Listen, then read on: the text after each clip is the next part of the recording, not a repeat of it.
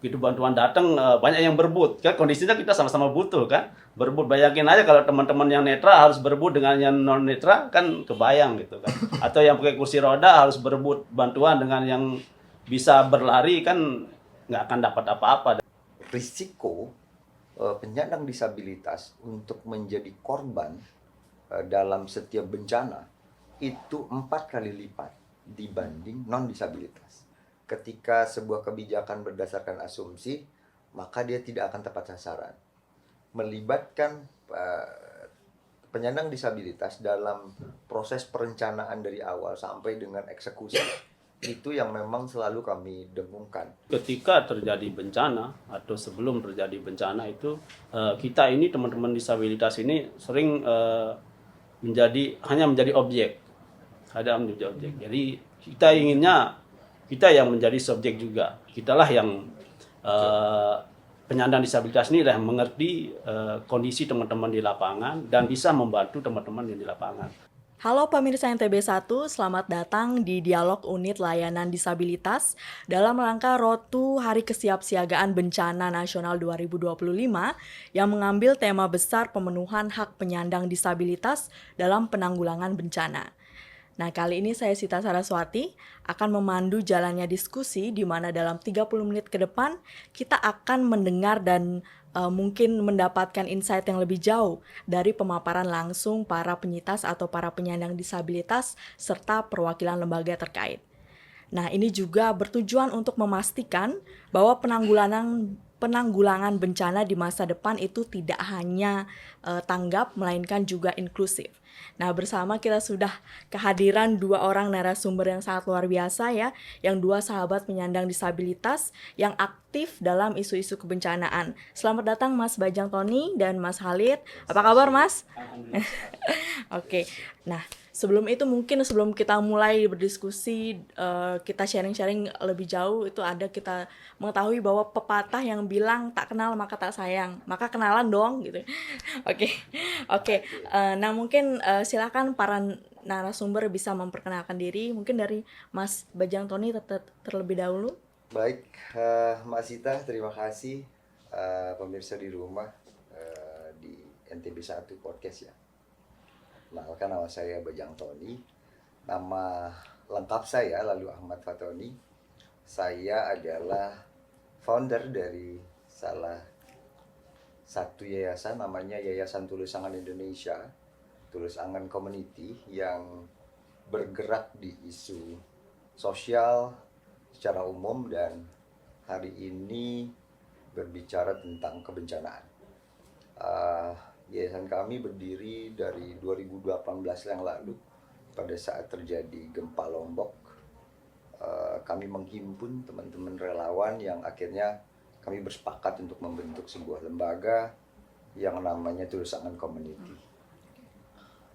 Itu sekilas tentang lembaga saya, dan hari ini Tulus Angan Community masuk dalam kepengurusan unit layanan disabilitas di BPBD Provinsi NTB. Silakan. Oke, selanjutnya Mas Halid boleh memperkenalkan diri. Terima kasih Mbak Sita. Perkenalkan, saya Khalid. Saya jauh beda dengan Mas Bajang Tony. Saya juga pengurus di Kumpulan Penyandang Disabilitas yang bergerak di NTB dan sekarang tergabung di WLD NTB. Dan seperti yang diceritakan Mas Bajang tadi, kita banyak bergerak untuk teman-teman disabilitas di NTB, baik di isu bencana, isu sosial, pendidikan, dan banyak lagi yang kita lakukan di NTB. Mungkin itu aja. Oke. Balik lagi mungkin kita terkait dengan tema diskusi pada hari ini, yaitu soal hak penyandang disabilitas dalam penanggulangan bencana.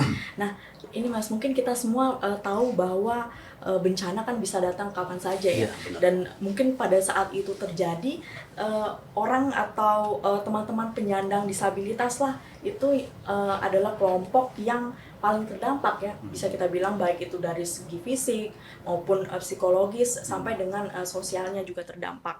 Nah itu belum lagi kita menyoroti juga isu terkait dengan akses terhadap misalnya informasi ataupun evakuasi hingga bantuan darurat itu seringkali mungkin belum ramah disabilitas kan.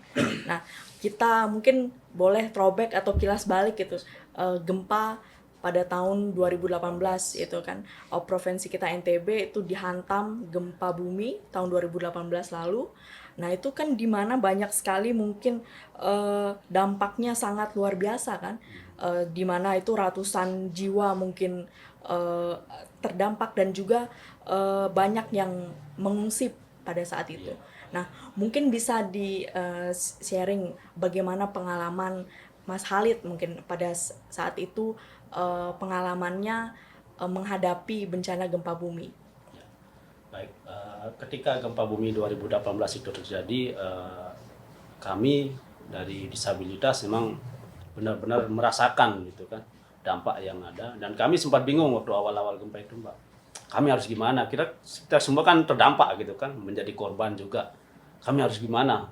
Kami harus menghubungi siapa? Itu kan belum kita tahu, karena kita terus terang aja waktu itu masih awam dengan bencana gitu kan.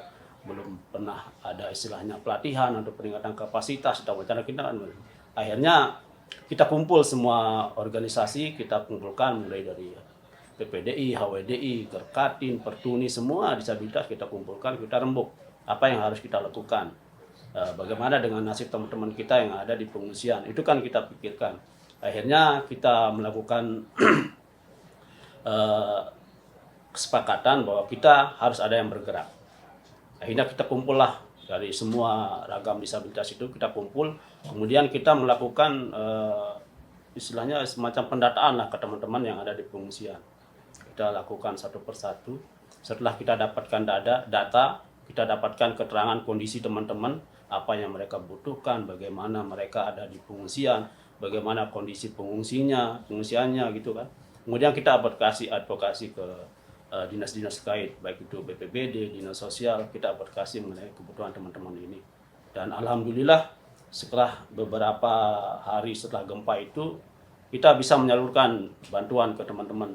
Itu bentuk yang ada untuk tenda, ada terpal, tikar, segala macam, dan kebutuhan makanan pokok sehari-hari. Itu juga dengan kebutuhan seperti kebutuhan bayi dan segala macam ya. Itu yang kita lakukan kepada teman-teman. Dan itu kondisi teman-teman benar-benar memprihatinkan di pengungsian, karena waktu awal gempa itu kan kita dapat kabar bahwa teman-teman ini susah mendapatkan bantuan. Begitu bantuan datang, banyak yang berebut kan, kondisinya kita sama-sama butuh kan, berebut. Bayangin aja kalau teman-teman yang netra harus berebut dengan yang non netra, kan kebayang gitu kan. Atau yang pakai kursi roda harus berebut bantuan dengan yang bisa berlari, kan nggak akan dapat apa-apa. Dan itu yang kami dapatkan informasi dari teman-teman, sehingga apa yang kami lakukan itu kami khususkan untuk teman-teman disabilitas, karena mereka sangat membutuhkan. Belum lagi dengan kondisi pengungsian waktu itu yang boleh dibilang belum ramah untuk disabilitas. Bayangin aja mereka di pengungsian di kebun-kebun, kemudian dibuatkan tempat toilet atau WC umumnya agak jauh gitu kan, atau agak sulit untuk diakses oleh teman-teman disabilitas. Itu yang kami dapatkan waktu gempa. Jadi banyak sekali problem-problem teman-teman itu, baik waktu gempa maupun setelah terjadi gempa itu banyak sekali yang harus kita lakukan bersama-sama. Mungkin itu aja dan tambahan dari Mas Bajang Tony.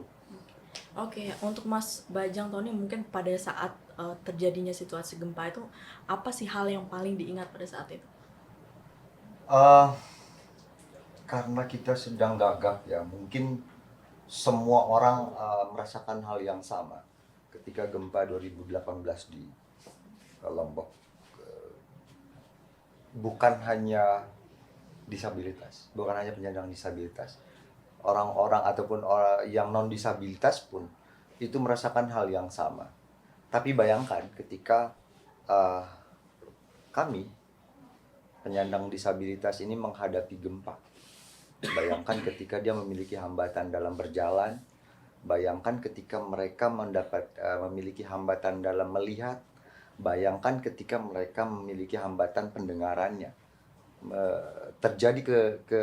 Terjadi bencana berupa gempa, risiko penyandang disabilitas untuk menjadi korban dalam setiap bencana itu 4 kali lipat dibanding non disabilitas, karena ada hambatan-hambatan yang dimiliki oleh penyandang disabilitas.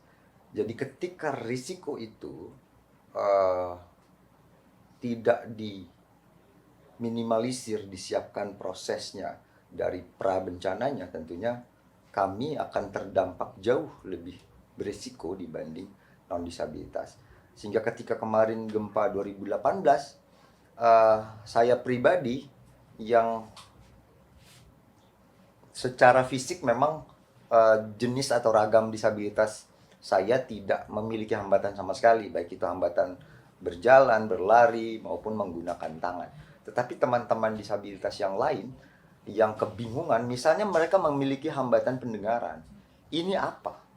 Makhluk apa ini yang menggoyangkan bumi ini?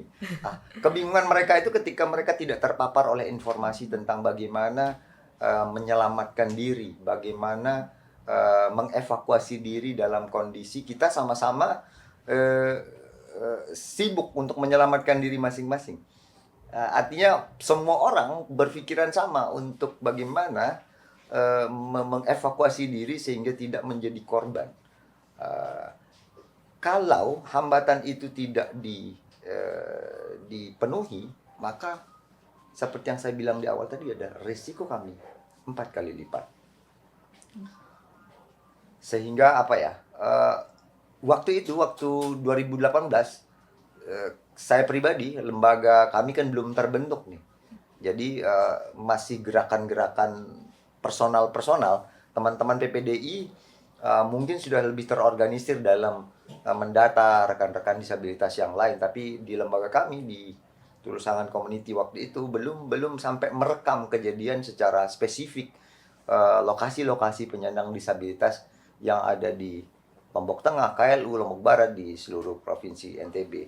Jadi yang saya lakukan adalah hanya mencoba mengevakuasi ataupun memberikan informasi-informasi kepada penyandang disabilitas yang memang betul saya kenal dan bisa saya jangkau waktu itu. Misalnya tetangga saya di belakang rumah ada salah seorang penyandang disabilitas tuli yang dia juga tidak pernah bersekolah, yang dia juga tidak paham tentang informasi berupa tulisan, apalagi berupa informasi yang bersifat suara, karena dia tidak mendengar. Sehingga ya tentu pendekatan-pendekatan kepada keluarganya, bagaimana artinya keluarga terdekat yang lebih cepat untuk memahami gaya berkomunikasi dengan dia, itu yang kita perlu cerahkan untuk bagaimana ketika terjadi bencana, keluarganya inilah yang orang yang paling berpotensi untuk melakukan evakuasi terhadap penyandang disabilitas. Oke, tadi kita sudah mendengar nih, sudah banyak sekali cerita-cerita bagaimana rasanya mengalami gempa bumi pada saat itu sebagai penyandang disabilitas. Dan itu juga membuka mata kita soal bagaimana memang bahwa masih banyak sekali hal yang perlu dibenahi, terutama soal akses dan pelayanan daruratnya. Nah, itu mungkin kejadian gempa bumi itu menjadi ibaratnya sebuah titik balik ya Mas ya, untuk melakukan gerakan yang lebih progresif lagi. Nah itu untuk kedepannya ini apa selanjutnya langkah yang mungkin teman-teman dari OPDIS ya, kita menyebutnya sebagai organisasi penyandang disabilitas, itu upaya kolektif apa saja atau advokasi yang dijalankan agar suara disabilitas itu lebih didengar, terutamanya dalam isu kebencanaan ini? Pendekatan kebijakan pemerintah terlebih dahulu itu adalah tidak berdasarkan asumsi. Ketika sebuah kebijakan berdasarkan asumsi, maka dia tidak akan tepat sasaran.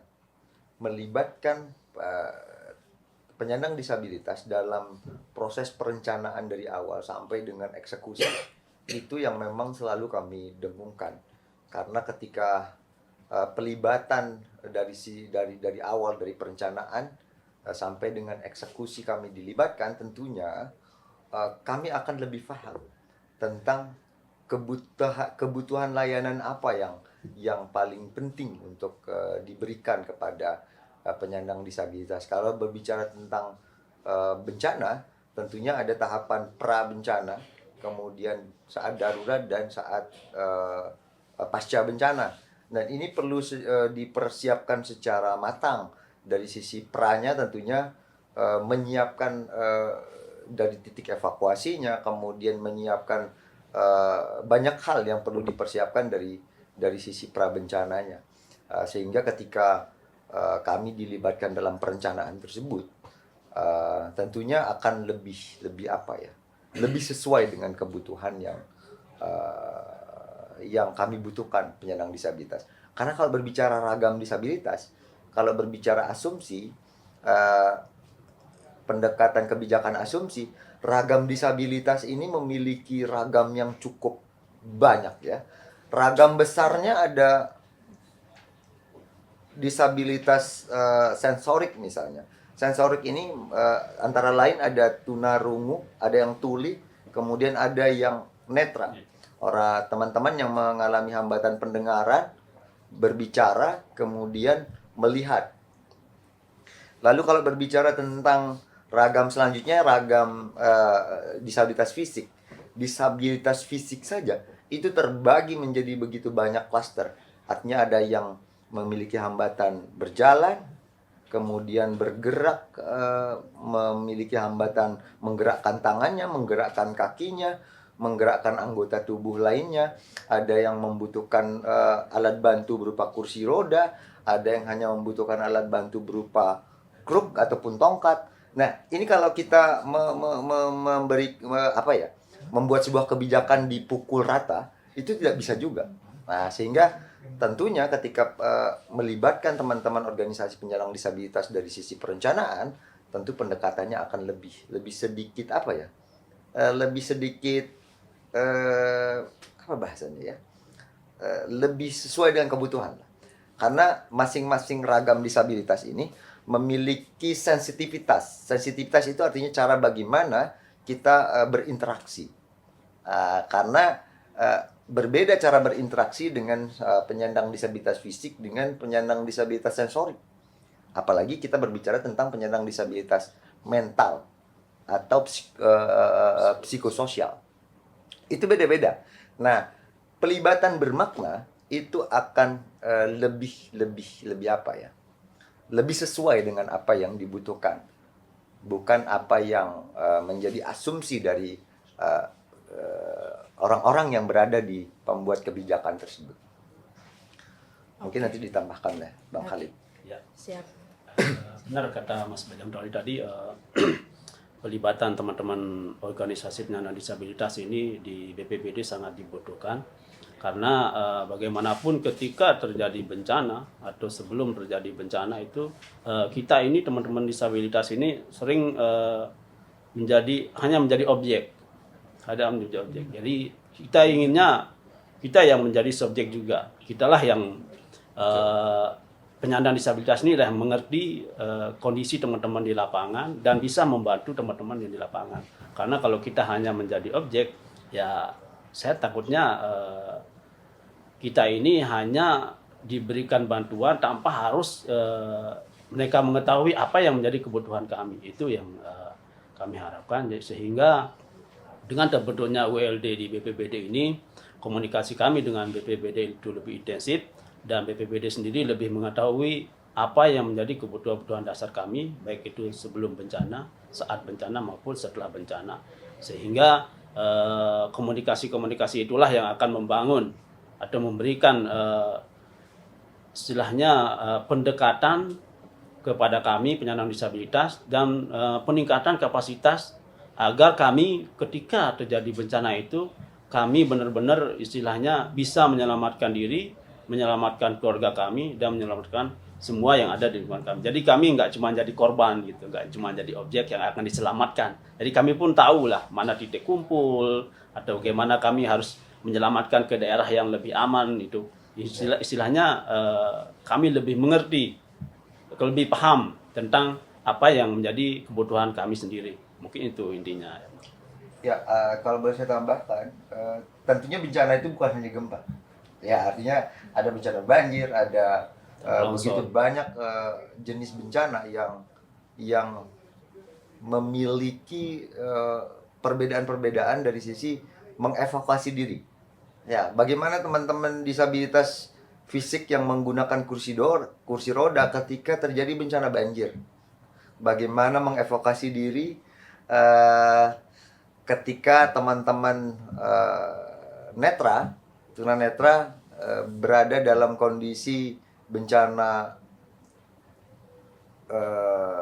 gempa, apa yang harus dilakukan pertama kali, kemudian bagaimana mereka teredukasi oleh informasi-informasi tentang kemana arah mereka harus menyelamatkan diri, bagaimana mengevakuasi diri secara mandiri di awal-awal terjadi bencana. Itu yang perlu sekali kita lakukan, seperti apa yang dikatakan Bang Halid tadi, adalah peningkatan kapasitas, sosialisasi yang tepat sasaran, sehingga tentunya tadi bisa meminimalisir resiko menjadi korban dalam bencana apapun itu. Oke, baik.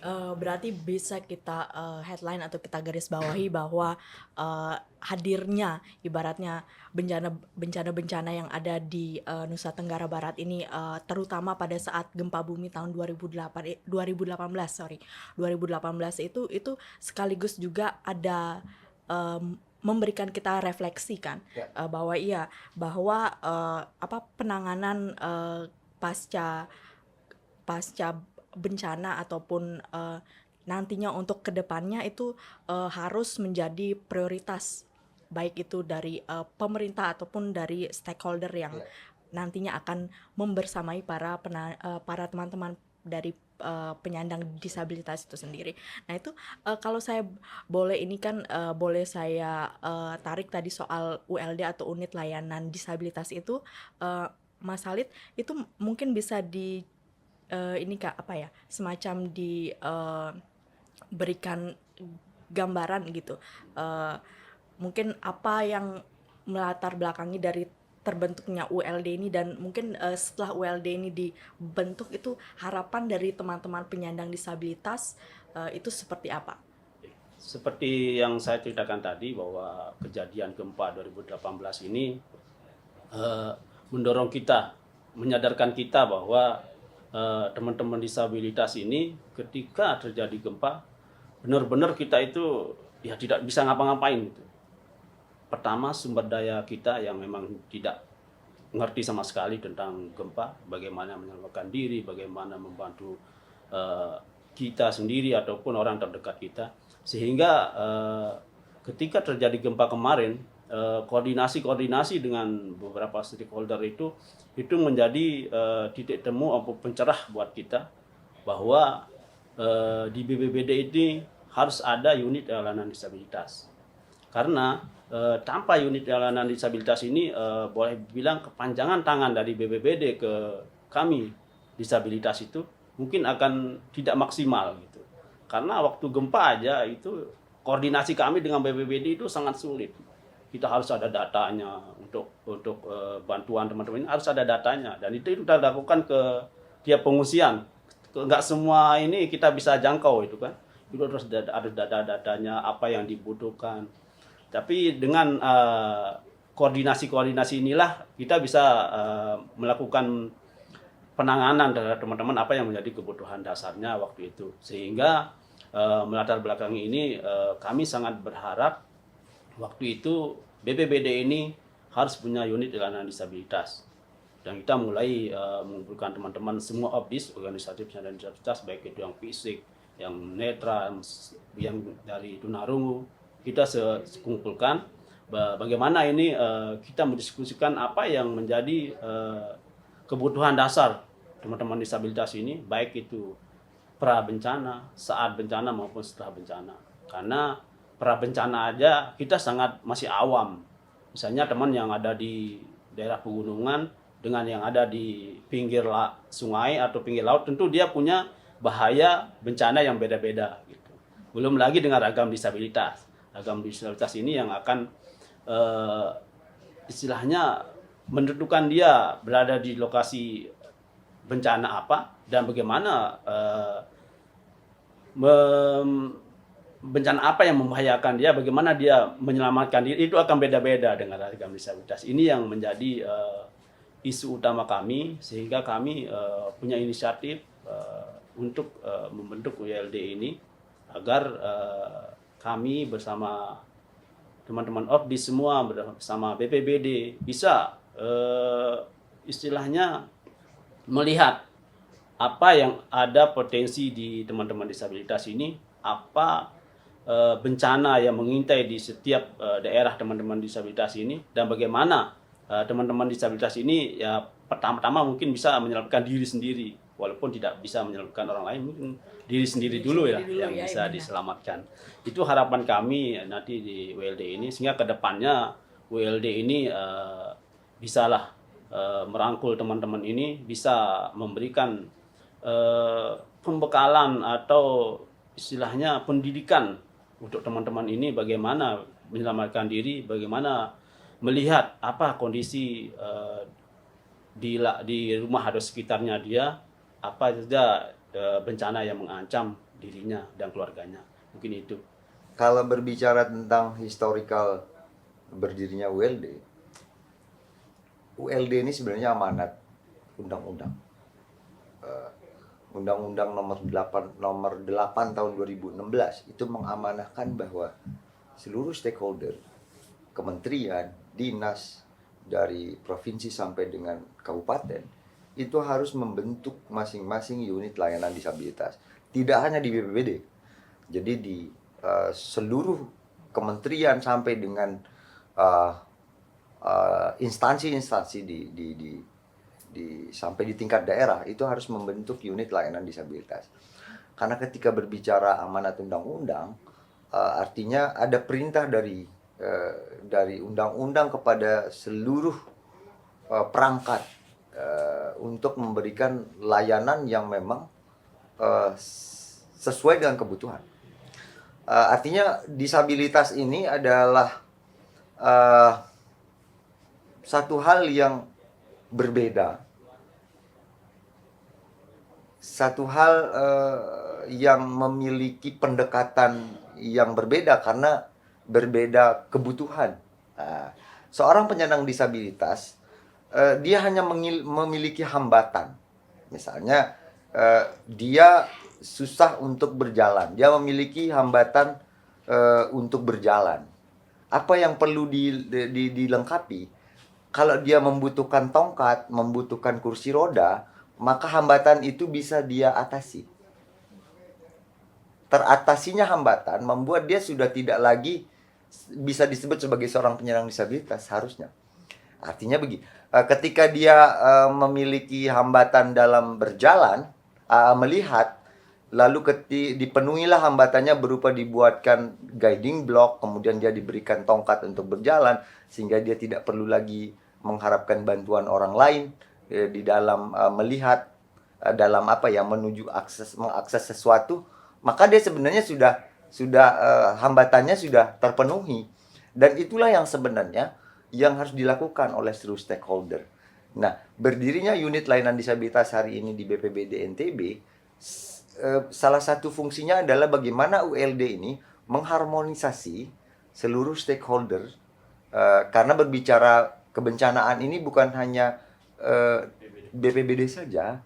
BPBD itu hanya unit pelaksana ataupun dinas yang sebagai pelaksana, apa ya kalau bahasanya, mengkoordinasi seluruh stakeholder yang ada.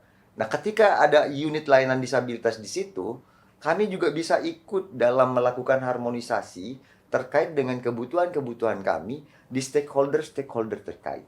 Nah, sehingga berbicara pra bencana, ada dinas sosial di situ, ada dinas PU di situ, ada dinas Perkim di situ, ada dinas lingkungan hidup di situ yang akan bersama-sama merencanakan bagaimana bentuk layanan-layanan terbaik yang dibutuhkan oleh penyandang disabilitas. Pemenuhan hambatan tersebut akan meminimalisir dampak dari sebuah bencana terhadap penyandang disabilitas.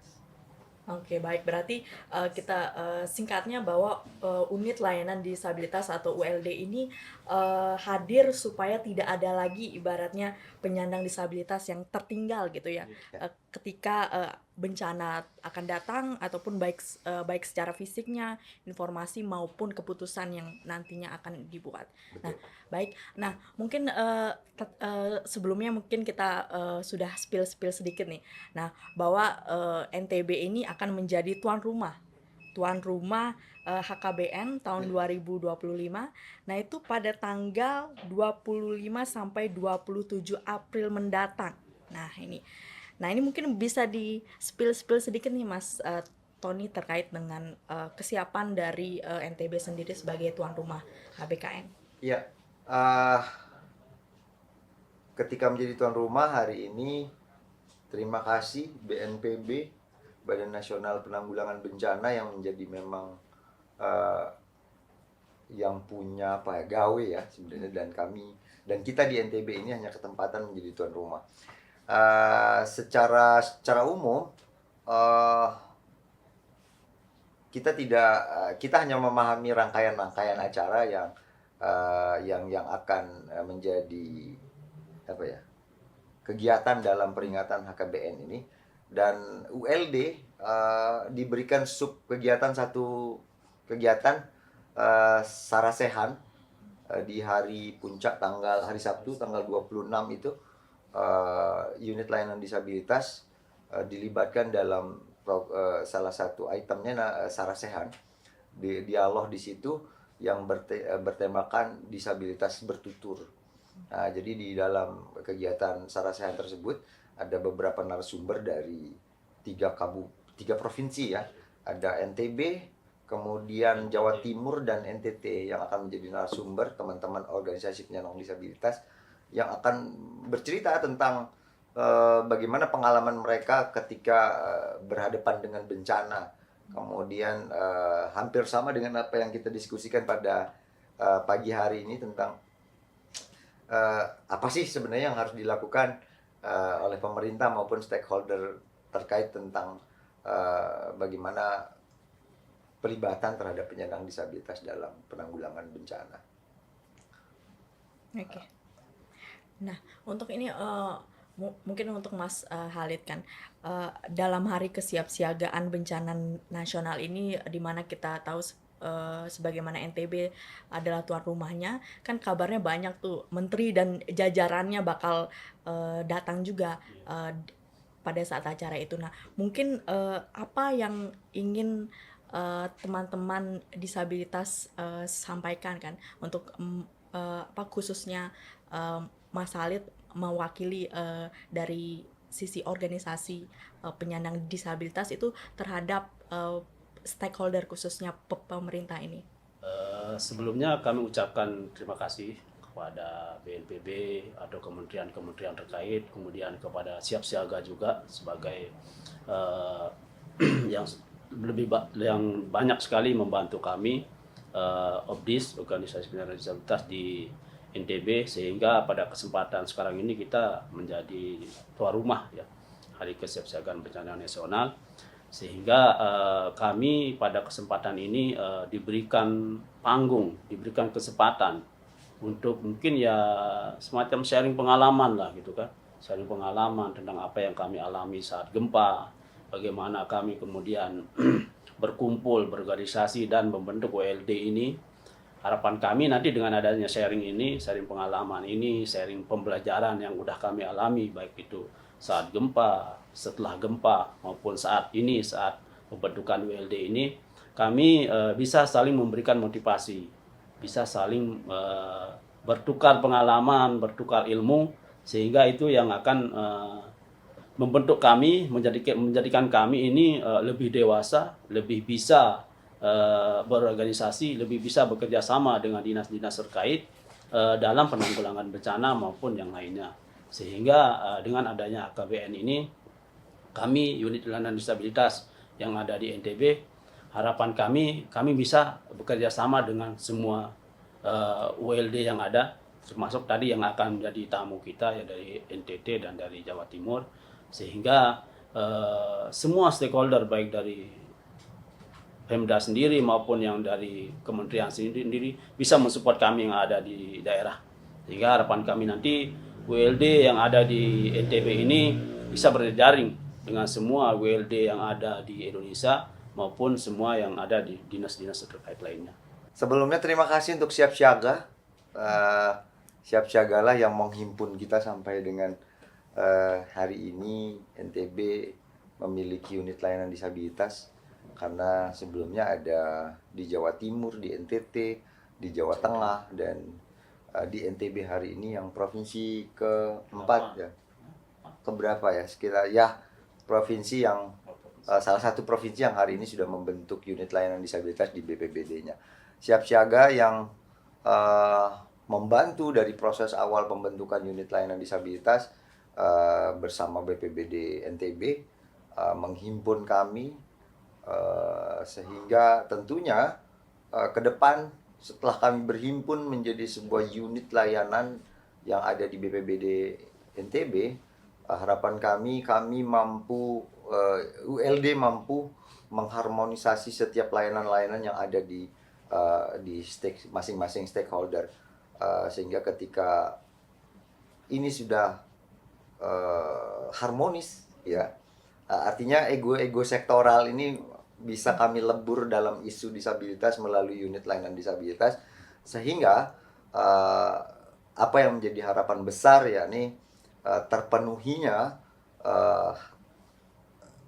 layanan-layanan yang dibutuhkan oleh penyandang disabilitas di NTB yang lebih khusus berbicara tentang kebencanaan itu terpenuhi. Oke. Luar biasa sekali ya diskusi kita pada hari ini ya, Mas Tony dan Mas Halid. Nah, mungkin banyak sekali hal yang sudah dibagikan lewat cerita dan pemaparan dari kedua narasumber kita ini, baik itu dari cerita maupun pengalaman ataupun bahkan harapan yang disisipkan oleh para penyandang disabilitas kepada pemerintah kita. Nah, mungkin dari semua itu satu hal yang paling terasa ya, bahwa soal isu inklusi disabilitas ini dalam hal penanganan kebencanaan itu bukan sekedar tambahan ya atau opsi, melainkan itu sebuah keharusan. Ya, baik, untuk teman-teman penyandang disabilitas itu bukan hanya penerima bantuan saja, tetapi juga mereka memiliki hak suara kan Mas ya? Ya, memiliki hak suara sebagai pelaku perubahan juga, dan juga yang menjadi bagian terpenting dari sistem kebencanaan itu sendiri. Baik, kita semua punya peran kan, baik itu pemerintah, organisasi, kemudian tentu saja teman-teman penyandang disabilitas itu sendiri. Baik, terima kasih banyak atas waktunya Mas Halid dan Mas Tony. Semoga sehat selalu. Baik, dan juga teman-teman yang semua yang sudah hadir dan mendengarkan diskusi kita pada hari ini. Sampai jumpa pada ruang diskusi selanjutnya. Salam tangguh dan salam inklusi.